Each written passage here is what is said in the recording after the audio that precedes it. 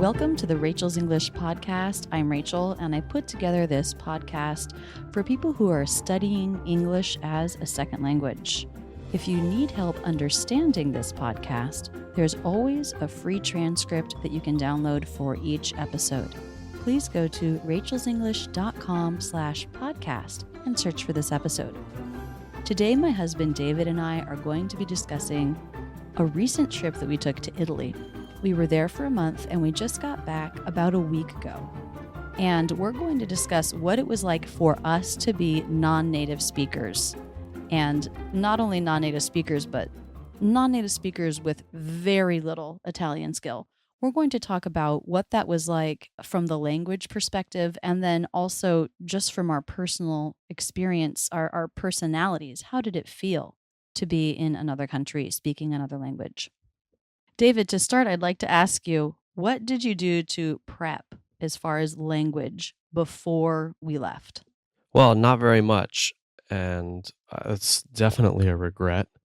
You were doing a lot of practicing with your audio course, and so there were some times when we were sitting together in the living room and I was doing something else and you were practicing. So I think I absorbed a little bit of the set of sounds and a couple bits of vocabulary, but I really didn't do very much on my own, and it's a regret. I really wish I had done a little bit more.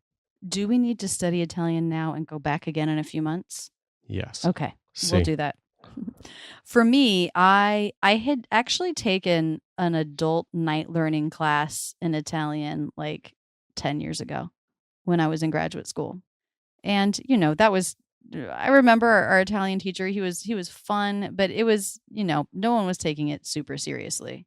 It was mostly people who were just taking it for fun. Mm-hmm.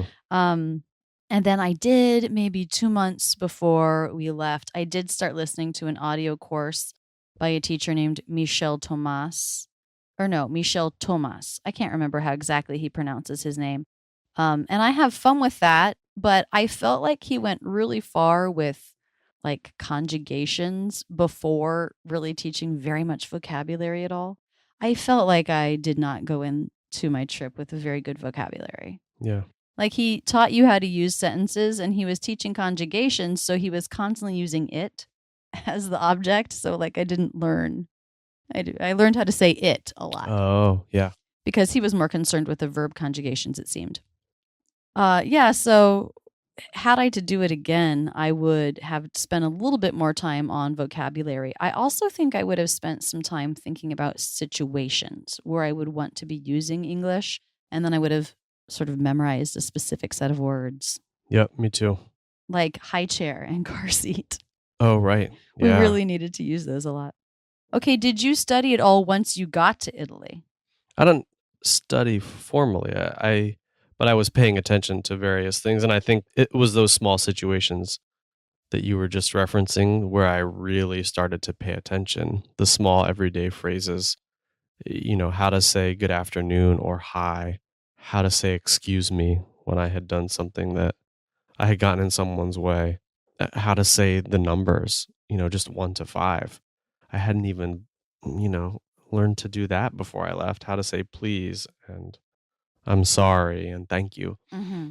I was really paying attention to the native speakers around me in situations when they were saying those words, saying those phrases. Yeah, I remember one time we were kind of discussing when you're cutting through a crowd, when you're sort of getting in front of somebody, what's the polite thing to say there? And I remember I thought I had learned like scusa or scusi, I don't even remember now, when you're cutting in or when you're trying to get someone's attention.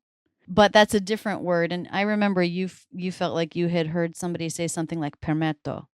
Well, what was I the heard word? that. No, it was I think scucciata. Oh, scucciata. Like I was in line at the grocery store and they needed to get through the line. Oh, to pass. Yeah, like I just need to get right over here. Let me just cut through a tiny bit. It was like scucciata, and I was like, oh, whoa. That's how to use that. It's so fun when you're hearing just a tiny phrase, so you actually have time to absorb it as someone who doesn't really know the language. When you're just hearing a tiny phrase and you're seeing exactly how it's used, that's so fun. Absolutely. Yeah. When you were in a situation where you didn't know what to say. You knew in English what you would say, but you did not know how to say it in Italian. What would you do in those cases? I think that my default was to smile and obviously try to use some hand motions, sort of like put my hands together and sort of said, "Oh, excuse me." Made it a motion for excuse me with a little bit of a bow. I mean, it was terrible. I felt like That's such good. felt so incompetent and Yeah. I was embarrassed. And I think that's why I wish that I would have spent even a couple hours on the basic phrases because it was incredibly embarrassing. It Yeah. was, I realized once it was too late, wow, I am I'm going through the world without these everyday phrases in hand, and it's an incredible assumption, or I'm imposing my ignorance on the entire world around me. Not to be even able to say, "I'm sorry for stepping on your toe in line." Or You know, even you just I'm sorry. just I'm sorry. Oh, that's what I mean. Yeah, Yeah. forget about how to say toe.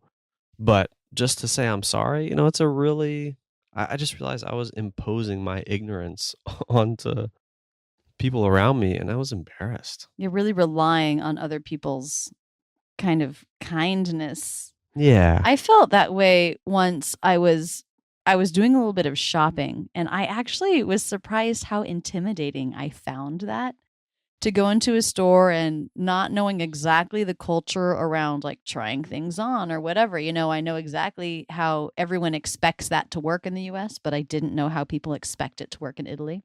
And most of the time I would go into a store and sort of look around and just leave because I was like too shy to do anything about it. And one time I was in a store and a woman approached me and said something and I didn't understand what she said, and I smiled and I said, "I'm sorry. Do you speak English?"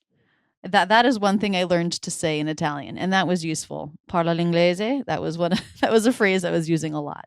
But it was nice to at least start in Italian. Yeah. And when she said, "Oh yes," and she switched to English, I just felt this sense of relief, and I felt like it felt like an act of kindness on her part to identify where I was at and what I needed, and to like be willing to go there. And I was just thinking about, yeah, how just coming to where someone is, even though I was in Italy, and I had made some effort to learn Italian, but it wasn't enough for her to so willingly switch to English. And I know that this is common.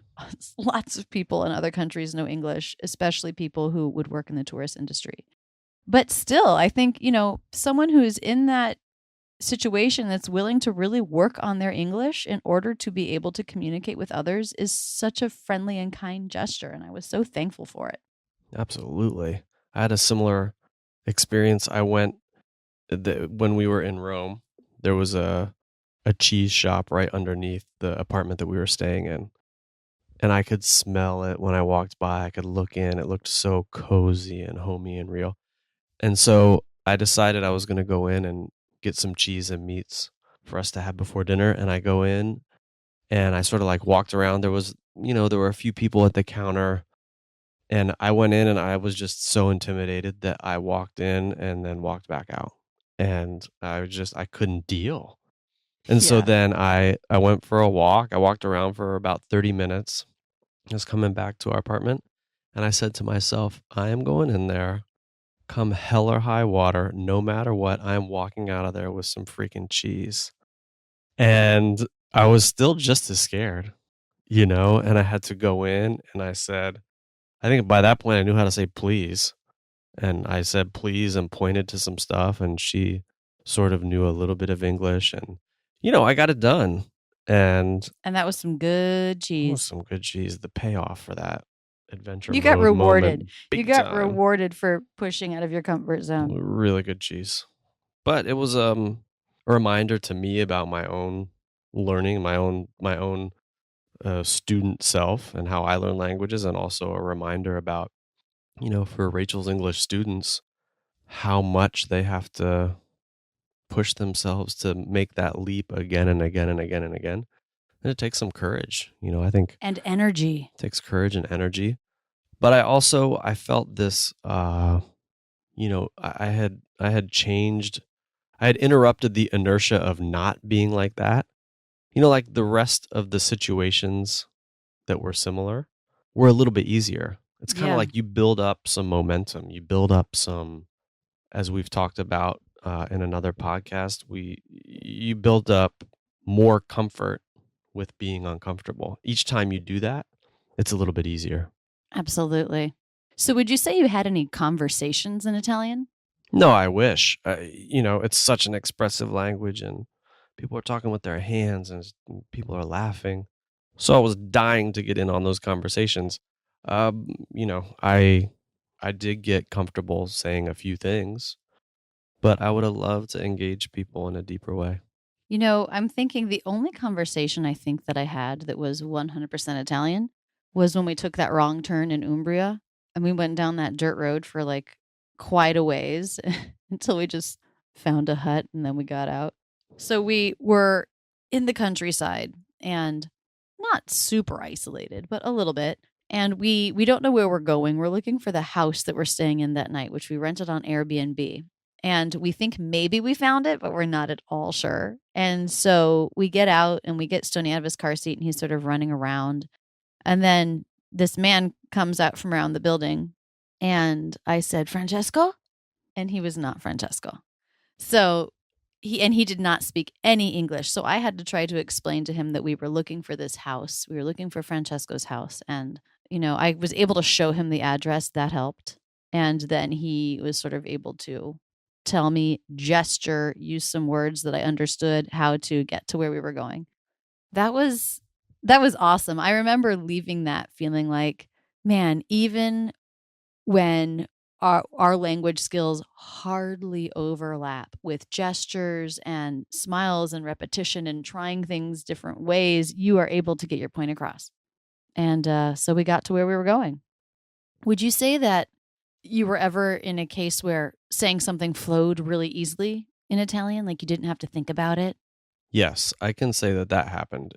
I didn't have conversations, but I did have moments where the Italian came flying out, and that was such a good feeling. We drove down a one-way street the wrong way, Just for a block, you guys. maybe three, when we were leaving Florence, and people were, you know, people were sort of waving and being like, "No, no, no, don't, this is the wrong way down the one-way street." And I was saying, "Mi dispiace, I'm sorry." And it came out in Italian first, and that was a cool feeling. Yeah. I remember I was ordering went to this fruit and vegetable shop in Naples and I was wanting to get some green beans for Stony. And I had no idea how to say anything. So I just pointed to the green beans and he starts putting these huge handfuls in. And I said really quickly, troppo, which is not a word that I had been studying. I had not said that word. That word, I couldn't believe that my mind just like blurted it out. It came from having studied opera translations. What is the word? It means like too much. Wow. Yeah. And actually, that was really fun hearing words that I had learned from opera. Like someone said basta once, which means enough. And just like remembering, hearing words and that I have only ever studied in the context of opera. Or one time when we were getting gelato, the woman who was scooping the ice cream was kind of taken by Stony and said something about like, will you give me a kiss? And I recognize the word for kiss. It's funny the words you learn in opera, they're like kiss, love, death, Right. betrayal. Anyway, that was really fun. And I remember I was almost taken aback by how that word just like sprang out of my mouth when it had probably been years since I had learned it in the context of some opera libretto. Okay, do you have any advice for someone who's starting from absolute scratch I with a guess, language? well, yeah, I alluded to it earlier. I think if you spend 2 or 3 hours getting down the basics, it's just going to make your first couple weeks so much easier. I think I could have cut the sense of almost constant embarrassment that I had, which then makes it easier to be observing and playful and a little bit more at ease, which obviously helps the learning process. I think learning some of those basics ahead of time via whatever source you have available would be great. Actually, one thing that I was using a lot at the beginning was I would walk in somewhere and I would say, Buongiorno, parla l'inglese. If I knew that I didn't have a chance to communicate, I would greet in Italian, then ask if they spoke English and try to use a really friendly tone with a smile on my face. Yeah, right. I mean, even just learning a greeting and do you speak English or whatever, or whatever your language is, I think can Completely help. agree.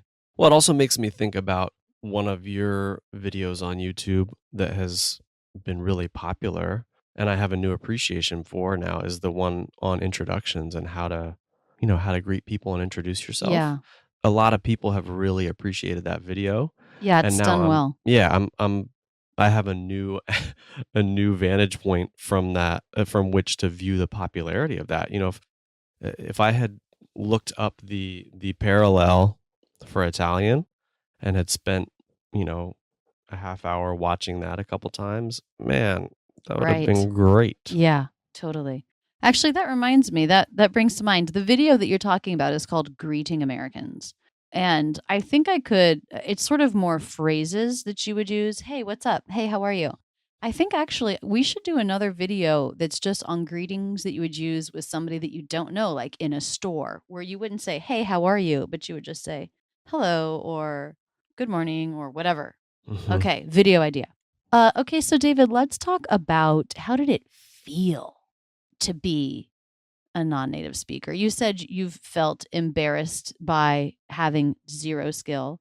And remember we were talking about how awkward it was to take Stony to a playground and to be having him interact with other kids and us not being able to interact with the parents at all. Yeah. Normally, when we're home, the playground is actually kind of great because it's an easy way to meet new friends and your kids are playing together and you say, oh, hey, where do you guys live? And we can quickly strike up conversation. And so it was really painful honestly, it was boring to spend an hour at a playground and not be able to talk to the adults. It was rough. Yeah, I also found myself feeling awkward. Like it's one thing to just decide, okay, I'm not going to be able to talk to someone. I'm not going to be able to start a conversation.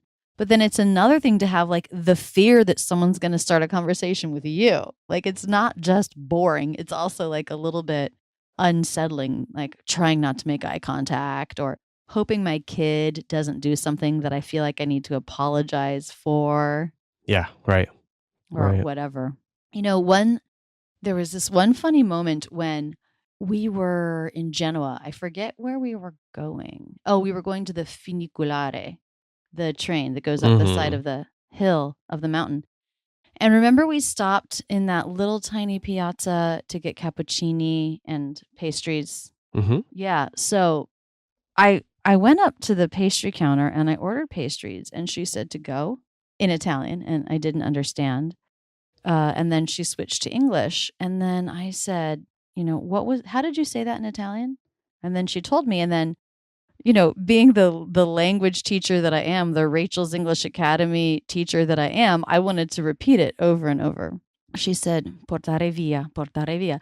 And so I was like, okay, portare via, portare via. And then I was repeating it out loud. And then it was totally confusing everyone around me. They thought that I didn't understand what was happening. And I was like, no, I do understand.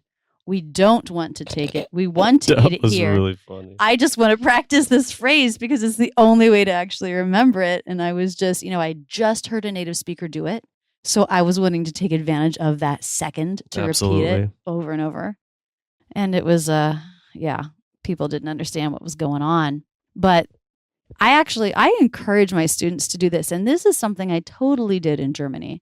Is when you hear someone say a phrase that you've just learned that in that moment, like if you can, just kind of mumble it under your breath. You don't have to do it full voice like I did and confuse everybody.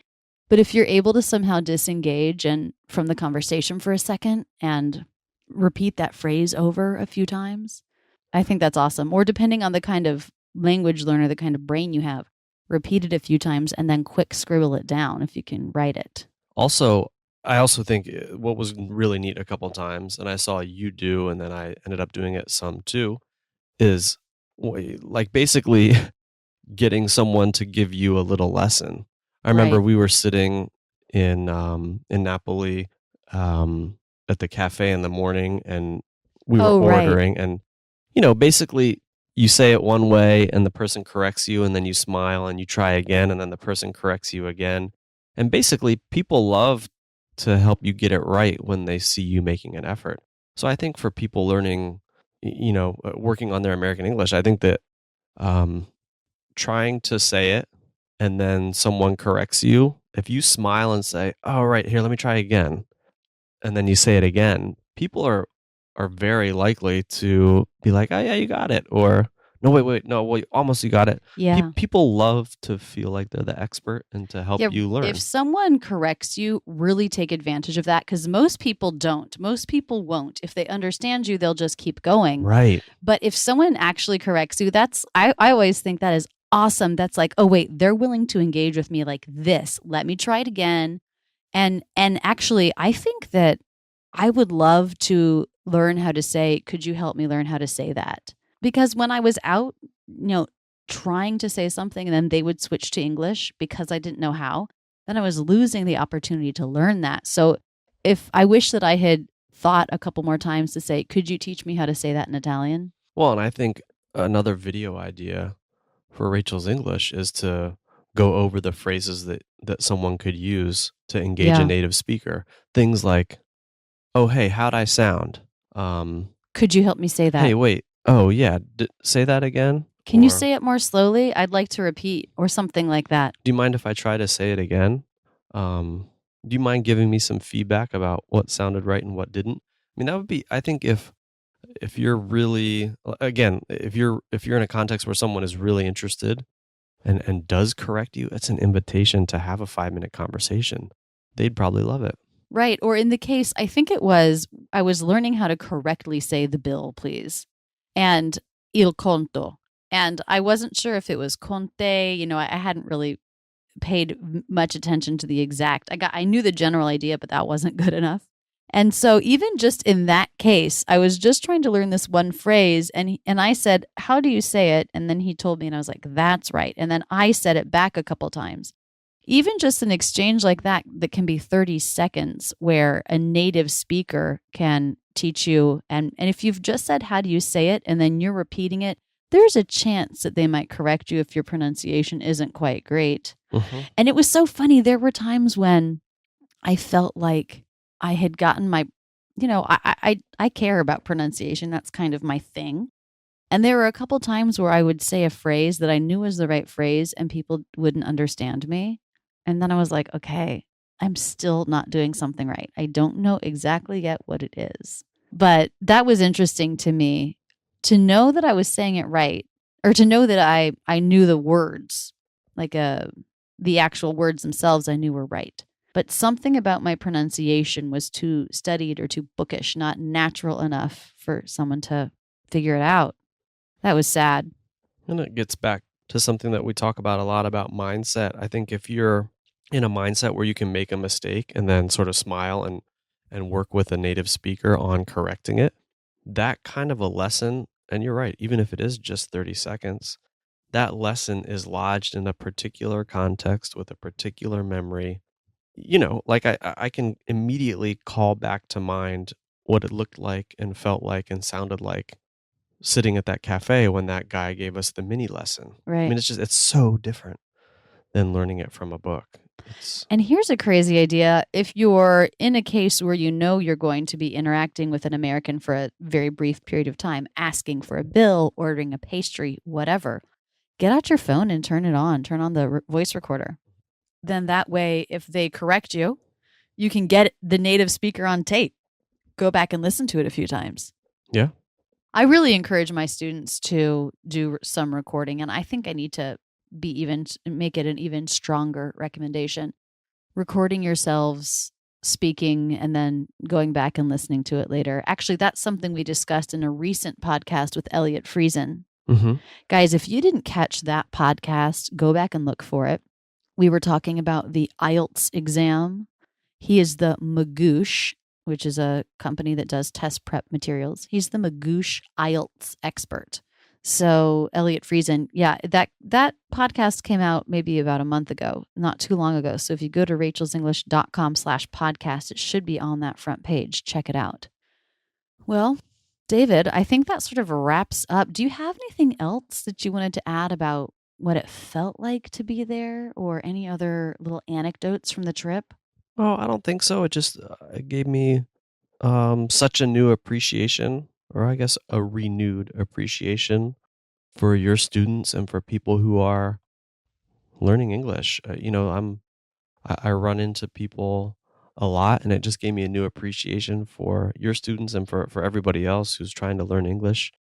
It is so much of a not straightforward language, and so it made me remember how much I want to slow down and take a minute or two to communicate with them and help them, and it made me want to be that person who takes the extra time to correct someone and to engage someone in a little bit of conversation.